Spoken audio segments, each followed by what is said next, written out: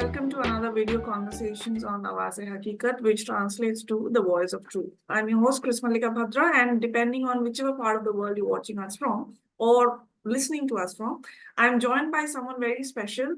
I have known this family for close to a decade now. They are second family to me in Melbourne. They loved me with open arms when I didn't know anyone in this country. And today, Goutam Basak, as you can see on my screen, he is an entrepreneur and author. And today's discussion is dedicated to his journey and how he believes that entrepreneurship, mental well-being, and spirituality are the best bet for our roads ahead. And before we formally start the conversation, I would like to acknowledge the traditional owners of the land on which we are meeting tonight, the people of the Kulin Nation, and I would also like to pay my respect to the elders, past, present, and emerging. So a bit about Goutam, or I will refer to him as Goutam because that's how I refer to him outside of this conversation as well. From a small Indian town to a serial entrepreneur in Melbourne, Goutam's journey is a blend of creativity, grit, humor, non-conformity, spirituality, and many more. His latest venture, Mentally Plus, helps to support mental well-being in organizations, reflecting his commitment to supporting others in their personal and professional growth as well. Goutam's mantra: embrace the entrepreneurial drive, creative spark, and the thrill of exploring new horizons to redefine your life, inspire others, and change the world. On that note, Goutam, thank you so much for giving me this time. How are you doing tonight? Thank you for having me, first of all. And you are doing a good job. So keep doing it. Thank you. No, the pleasure is all mine because when I have people like you, it's like my mindset increases, my horizon increases. But also, Goutam, before I think we proceed, you and I both are aware of the incident that took place at Awaz-e-Haqiqat hospital in India. So just for our listeners, someone just lost her life very tragically. Incidents like these should not be happening. So I'm just using this 1 second or 1 minute of all our time here to express concern and solidarity for the soul that we lost. Goutam, any thoughts on that? Yes, I mean, like, I would like to add one more thing. It's just a support to that incidents to the family and whoever is doing that protest on the street. I mean, in today's day and age, why we need this type of or this big sacrifice to ask for a change. This is not acceptable. I mean, we passed those barbaric time, I guess. So yeah, I mean, it's really sad. It's really sad that today's date it's happening. Hopefully things will change for good. Yes, we are standing with the family, but unfortunately, harsh it may sound, but life has to kind of go on. So coming back to you, Goutam, putting the spotlight on you tonight, starting with the fact that you are an accomplished author now. So please tell us about the journey when you started as a student so many years ago to becoming an author and entrepreneur on a Western soil. How has that road looked like for you so far? Yes, it was definitely a roller coaster ride. And I came here as a student. And then, as usual, like other immigrants, I started applying for different jobs. Initially, I did some odd jobs and then finally got into IT, what I studied here in Griffith University, Gold Coast. But in that corporate world, actually, I didn't find any like a fulfillment. Yes, I was surviving. I was surviving well, but not enough creativity, not enough like you know, mm, not enough thing which I can really proud for myself. And I actually coming from a business family, so maybe that actually put some seed in my head, and I wanted to do business. Right.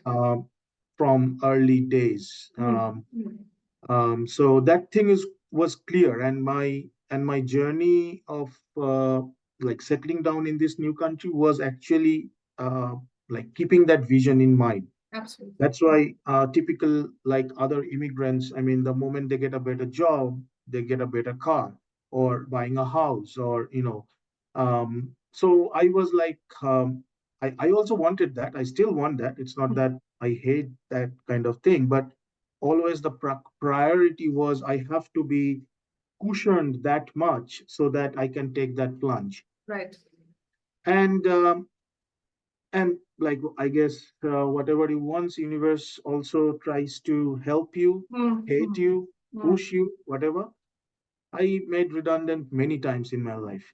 And 2012, 13, that period was really, really tough for me because second kid born and I was out of job. And how come another job will change my life? Those kind of questions also, came in my head, and like I'm wasting time. There is no direction in life, and it was a very chaotic and confused state. Right. And from that time, I actually, like, luckily, I got some people in my life who kind of helped to change the path of my life and plunged into entrepreneurship. So I have, in last 11 years, I'm self-employed now. I tried many things. I will try many things, and I have no shame in that.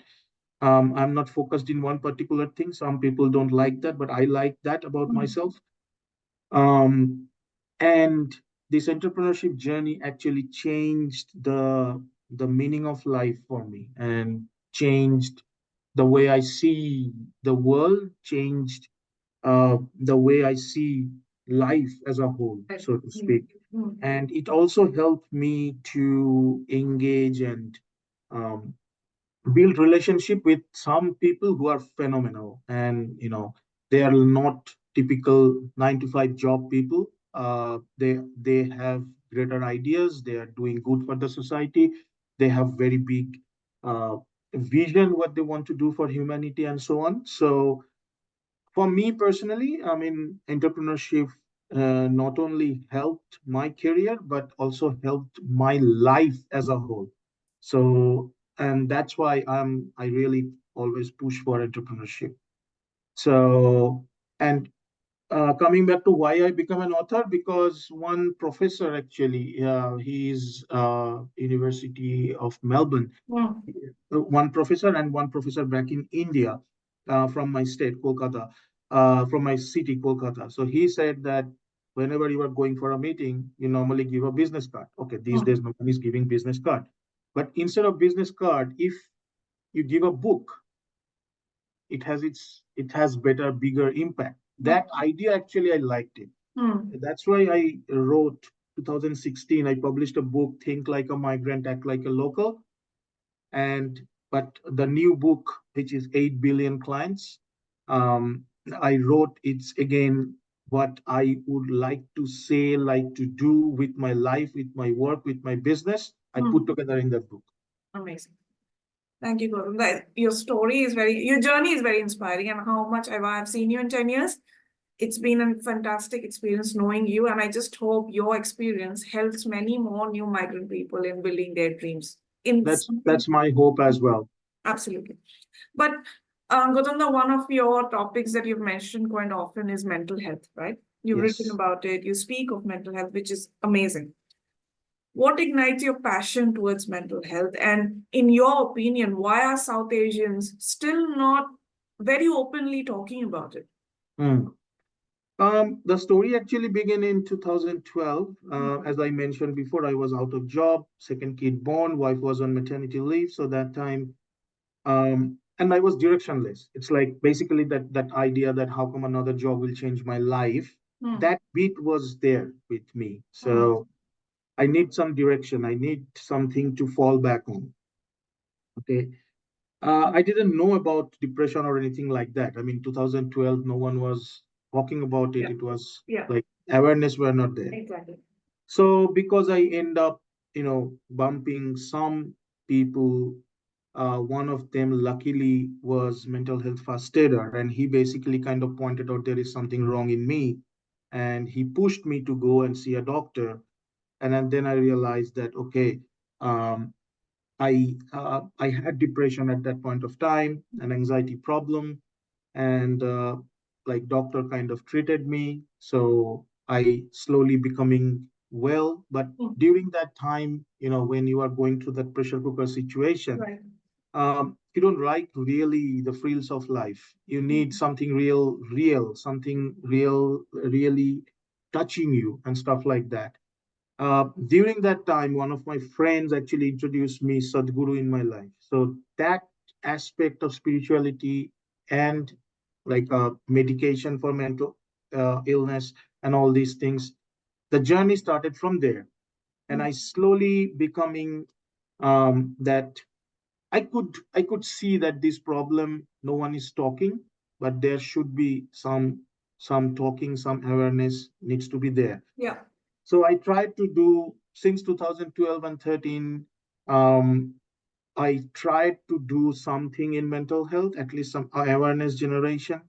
In 2016, 17, my business was not doing well. I was I was like looking for a short-term contract. And in one interview, they asked, and I was very vocal about it, that I had depression problem. I don't know why. I mean, it's not that I was big mouth. Later, I learned that I may not have. I have like a personality disorder or borderline disorder. So that's why probably I was a bit more open about it. But I was open about it, just like a very normal to me. Yeah, yeah. So I got rejected because they said, "Why are you speaking all these?" So, and like in my community, one of my friend also said, like, "Why you saying your weakness to the world?" I mean, I had no answer to it, but like I kept at it. I mean, happily, and like with like extended my chest. I was like, okay, I have to tell, I have to tell, I have to tell. Now the whole thing kind of changed after COVID. Okay, so now people are talking about it. Yeah. Are they talking about like realistically? Not, because from 2012 13, when I started reading about it, I started reading about it from very different angle, just to gather more information and understanding it. In Western society, there was no cultural angle to mental health. Right. At all. And during that time, there are a couple of doctors, Dr. Dinesh Bogra and Dr. Vikram Patel. They are psychiatrists very known around the world. I read some of their writings and listened some of their lectures, and they basically pointed out these things. There should be a cultural angle into mental health care system, and and like a cultural psychiatry is one major thing in UK that time already came. Looks like after COVID, it is started coming in Australian healthcare. At least in South Australia, I experienced that thing already came. And another thing is after COVID, especially, that people or the system realized that lived experienced mental health people are very important, because they see things very differently. Right. Than like if you are educated in so and so things, the way you are seeing it, the experienced people are seeing it very differently. Yeah. And another thing also I realized, that when a lived through experience, let's say depression or anxiety, talking to someone who is facing the challenge, the initial shame, guilt barrier kind of comes down dramatically. Okay. So the reason is we are like South Asians, we are coming from a collective society. And collective society people, always there are someone around you all the time when we're growing up. Now we are in individualistic society, yes, we have friends and all, but that emotional cushioning as such we don't have. And uh, all the developed countries like Australia, US, or anything, where people are born and brought up, they are very much aware, and the norm is, if you having a problem, go and seek a professional. Exactly. But coming from a collective society, our norm is not a professional. Our norm is talking to a friends, talking to a parent, and when I was going through this in 2012, 13, now I think and see how my wife actually, gone through uh, the whole drama, because she also didn't have anything. And like few of my friends said, "Oh, it's nothing. It's like you are weak and all these things." So those rubbish. I mean, I knew it was rubbish, but I had no answer to it. Okay. Now I like wear this badge that, okay, I am contributing into mental health. I wear it very, I'm very proud of it. So, and that's why still in our, like, people who are from collective society, or people, the clan who are more family oriented clans, in that kind of families or areas, still people are talking less because they are not open up about their own emotions. And it's still, I mean, taboo is like weakness and shame and guilt and, you know, all these things. So because of like keeping all these things in mind, and that's why Mentally Plus, as you mentioned, it's a like a product. It's a web-based product as currently, where we will basically trying to solve this problem by, um, at least if you are having some problem. Now, some problem means I'm talking about mental health can come, mental illness can come for various reasons. Okay, it's not necessarily have to be always financial or relationship. I heard stories, like domestic violence is one thing. I heard stories of people who sexual abuse in their like early childhood phases, or they have seen their parents like always in a dissatisfied relationship. So all these things actually manifest very differently when we grow up and when we see things and judge things, right? And typically another, when I was writing this book, there was another incident also came to me, is a single mother raising a boy, and that single mother is always complaining and punishing basically to the man, and the boy grow up, and the boy is very confused, because he doesn't know how to trust a man, and he is so much in his cocoon that he also doesn't know how to open up himself in front of the other sexual oriented people. So it's utterly confused. So if you are, and like someone is widowed because of like some accident or disability or bullying or tremendous stress of a job or whatever, if you know someone is going through that, if you know someone who put their hands up that, okay, I like to talk, those things actually, uh, I mean, scientifically it's also proved that it's tremendously helped to bring the barrier down so that they can talk. And early intervention is very crucial in mental health, because when the cooking is done in your head fully, then then I mean, maybe chemical treatment, which is like medication, is the only way. But if when the cooking is not done fully, you are on the way.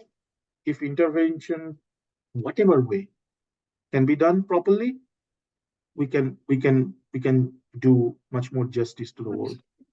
Thank you, Goutam. Which brings me to a question which is just coming out of based on what I heard from you, right?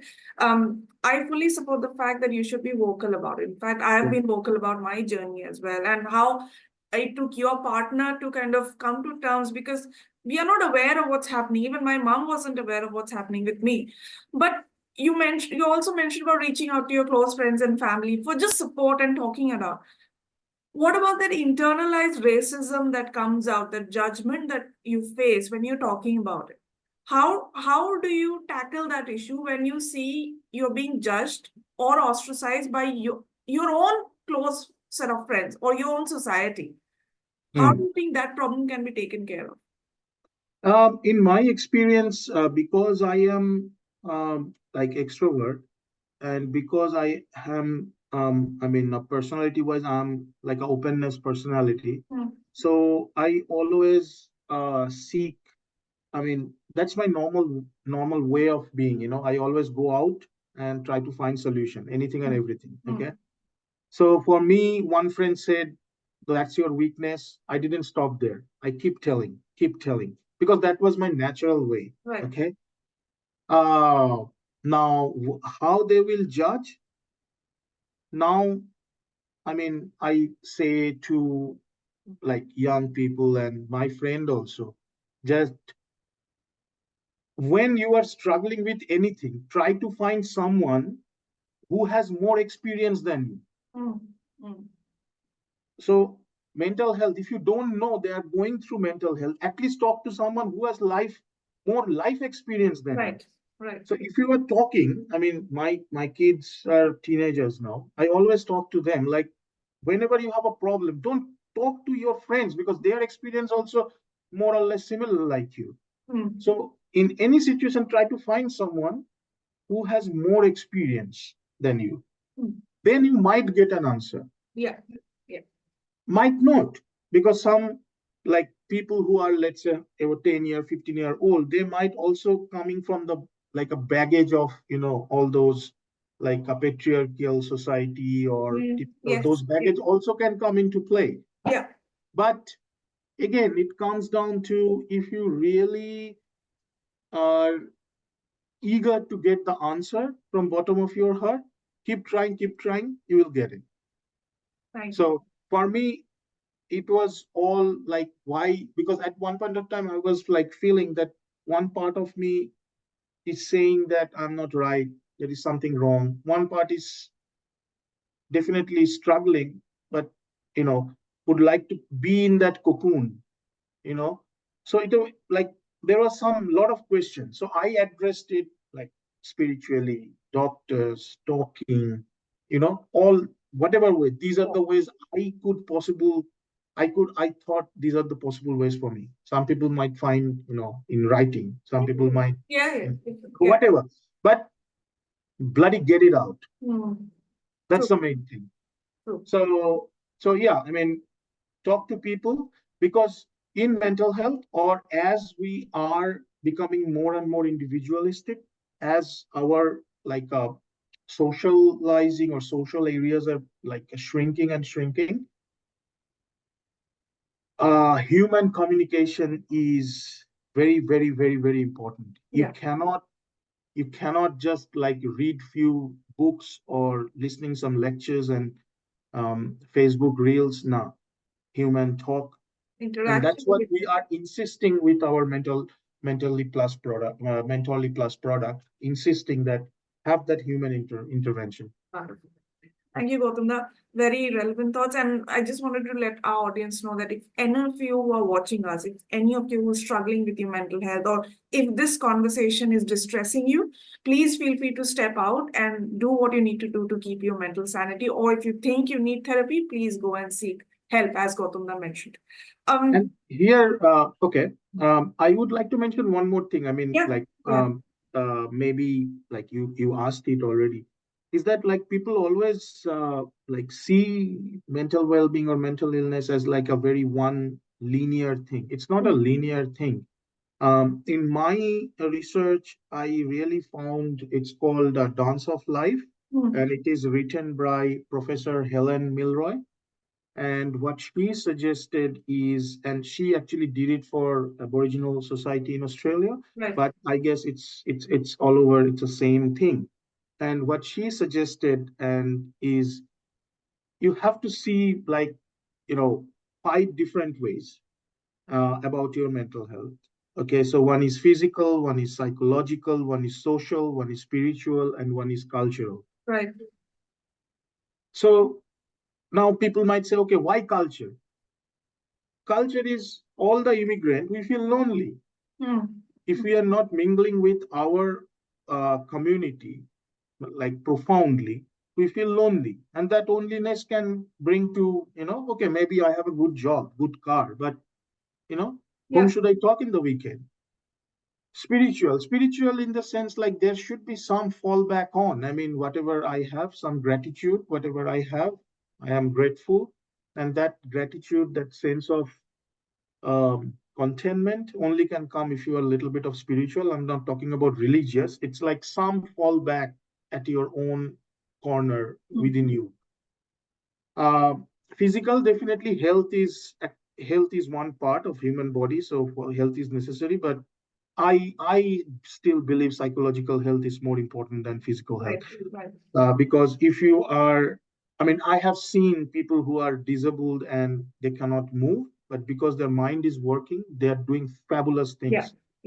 So that is more important. And I mean the social thing. Social is you need you need friends, you need someone where you can talk. And another thing I realized is, especially in immigrant society, is if you are social, you will get by default opportunity to be a little bit creative. That can be drama, that can be dance, that can be sports, that can be, playing some instrument, because you need that kind of some hobby, some creativity, some space where you will just, forget everything and, blend with time. Yeah. So that for an immigrant society, so social definitely brings that. Yes. Okay, you can definitely play guitar or like a drawing something, but I have seen people who are like used to be good artists, but with life's pressure and all, they just lost it. So, and the social aspect can give you that. Yeah, absolutely. Thank you, Gautam. Now moving to your another aspect, which is the entrepreneurship, right? You spoke about cultural aspects. You spoke about us coming from a collective society. Another point that I see in a collective society as South Asians, we tend to stick to which is regular, as in a regular 9 to 5 job, regular income. But you kind of broke the glass ceiling there because you chose to become an entrepreneur. Because entrepreneurship comes with its own set of risks and all of that. Why and how did you choose to? You mentioned a bit in your introduction, but I just want you to elaborate on that one. See, there are a few ways to look at. One is around 8 billion people in the world right now, okay? 3.5 billion people roughly are employee, okay? Around 500 million, little bit more, are employed, self-employed, okay? Or entrepreneurs, whatever. So, and typically our way of looking employment to the world is like US, which is organized corporate employment. Yeah. And the way, the whole world is moving, and with the population explosion, the whole world cannot sustain this type of organized employment. It's not possible. It's not possible because of various things. It's because of the policy, because of the economical size, because of the place, whatever be the reason, it's not possible. So entrepreneurship is very much essential to create jobs in those pockets where these corporate organized employment cannot go or don't want to go, and stuff like that. And with this, AI and all these things, you can definitely see, I mean, the analogy is before in the port, there used to be a lot of porters. Okay. Now you can't see any porter. It's all taken over by machines. Yes, people are coming, people are working there, but they are more skilled individuals. So that low skilled individual are gone fully. Yeah. So that mechanism will come in all the industry. So to sustain that entrepreneurship, I guess, is the way. Now, in my view, in like when it comes to India, at least, like definitely I can talk about Bengali. For various reasons. One reason was Bengalis are not that deprived of food or weather or anything like that. We had everything in West Bengal. So when you have everything, then why take hardship? Why bend your finger? To take the ghee out. Right. So, and that's why Bengalis are always into exploration of different things, like culture or drama or writing and all these things. But those things kind of gone down, and now people find comfort in that in that secured mentality. And like I have seen a lot, like there are a lot of people here also who are from a very renowned college and very renowned. I find very, very like shocking that they are injecting their next generation. Oh, you get that degree so that you get a better job. I mean, why? No one is saying like, okay, like do something so that you can generate employment. Yeah. And funny, like there are a lot of people in India who are doing that. But as a whole, more and more is necessary. Uh, my thinking is the way, I mean, people are still, I mean, getting maybe little bits and pieces of it, like jobs are going. People are not in a job for 5 years, 10 years at a stretch. They have to change jobs and all. In my belief is maybe in 10 years' time, entrepreneurship will be a much safer bet than working for somewhere. And I am looking for those, sunny days for me. Absolutely. Absolutely. Thank you, Goutam. Thank you for sharing your journey. This was very inspiring, heartwarming, and very real because it's very rare to see people speak about their own lived experience with depression and anxiety and mental health. So thank you for being open, Goutam. No, and like I always like say that I'm not a very successful entrepreneur also, but I enjoy being an entrepreneur. Oh, it's my pride, you know. So no doubt about That's that. what So matters, right? As long as you love what you're doing, that's what matters. oh yeah. And like, if I have to motivate someone, always I will push that, be entrepreneur, generate some and like employment, you know. All these educated people will come and work for you anyway. So Thank you, Gautam. The one last thing is, what would be your message to our listeners and audience?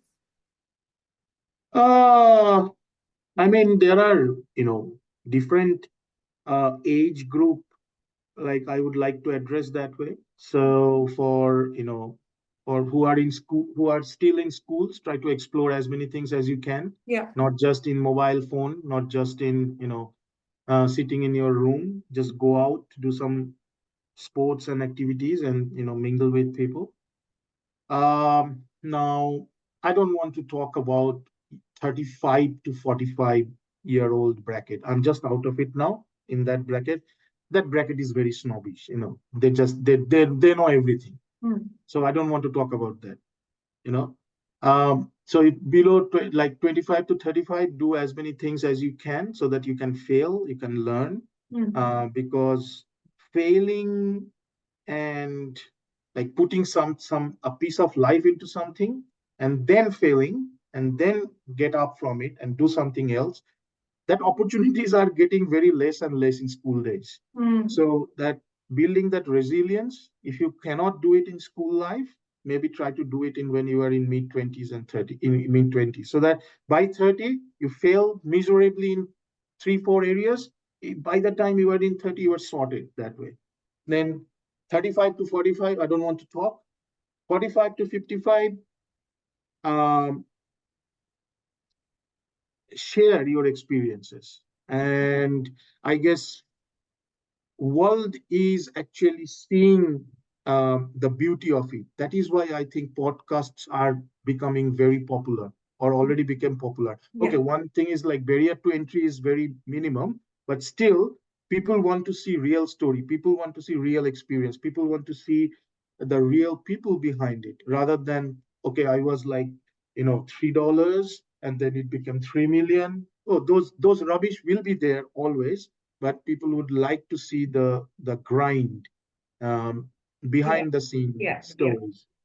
Um, so that bit is also, so 45 to 55 is definitely, and after 55, I guess, it depends on, and after 55 or after retirement, don't sit, do something. um, Definitely giving back is one major thing. If you still can't, do like engage yourself in some creative activities or something so that you will feel engaged. Don't just like I'm getting old and my knees are aching and all these things. No. If you find spiritual talks, go to temple, go to churches or whatever, but meaningfully, not like everyone is doing. So that's basically I would like to say. Yeah, absolutely. Very impactful message. And one last thing is, if someone wants to look you up, where can we find you on social media? I'm in LinkedIn. So my name Goutam Basak is there. So LinkedIn is there. I will come in Instagram also soon. Not yet. I will post your LinkedIn chat, LinkedIn link in the chat. Link. I might Yep. release. Yep. Thank you, Gautam. This was very, very heartwarming, inspiring, and very real, to keep it short, because not many people come up and share their lived experiences. So thank you for doing that with us tonight. And before we finish, okay, so as I know you for a long time, and you are also doing this podcast and various panel discussions and all. So and I also been one of your ones before, way back. Uh, I'm also starting a new one. Oh, congratulations. Yeah, thank you. I wanted to do that for nearly more than a year now, but very soon I will start. I call it URL, unzip, reboot, and leave. Amazing. That's the full form of it. And we will talk about all these entrepreneurship, Right. immigration, mental health, and spirituality. These are the 4 areas we will speak. So as a host, I would like to ask you a couple of questions before we finish. Sure. I'm nervous, but I'll try my best. No, it will be good. So, okay, first question is just briefly your immigrant experience. I would like to hear how education actually helped you or not helped you in your professional journey in this country. I came here to pursue my PhD. So that was in a very niche field, that was in nanobiotechnology. But now I've kind of switched gears. I'm into regional railways. So it's a different world altogether. So the way it helped me was you pick up so many soft skills as well as technical skills that kind of help you remold your ability to learn things. Because the two worlds that I'm living in, the world I lived in and the world I'm living now, are very different. But those soft skills that I picked up when I was pursuing my degree, they helped me adapt to this new life and merge onto this world. I'm still learning, to be honest. So that way it helped. So yeah, if you don't take education to your head, that's one advice I would like to give out. That I don't sit on the fact that, oh, look at me, I'm a PhD. Although I have given it a lot of sweat and blood. So it's something that I am proud of, but I'm not overconfident of it. And I don't let it drive my existence around. So that way I just pick up my skills that I learn and I apply them everywhere, even in our work, life outside of work. I apply social skills as well. So it has helped me to a great extent. Right. And another thing is because you dance, you write. Why don't you write a book? I've been meaning to, Gautam. Actually, I've been meaning to write a book for like 2-3 years now. It's just that life takes over, household chores take over, and then this kind of concept takes a backseat. But yes, one day I will. Yeah, like I will help you, but yeah, do that. So and you also do these podcasts and like emceeing and what like many other things. How and definitely a job, okay, which definitely like takes a hell lot of energy and like a brain space. So how these activities, these creative activities or the social activities help you in general in your life, or how important it is, because you give a lot of importance to that. It's very important, Gautam. Like the first year when I came 2013, I didn't know anyone here. So it was only lab and back to home, back home and lab.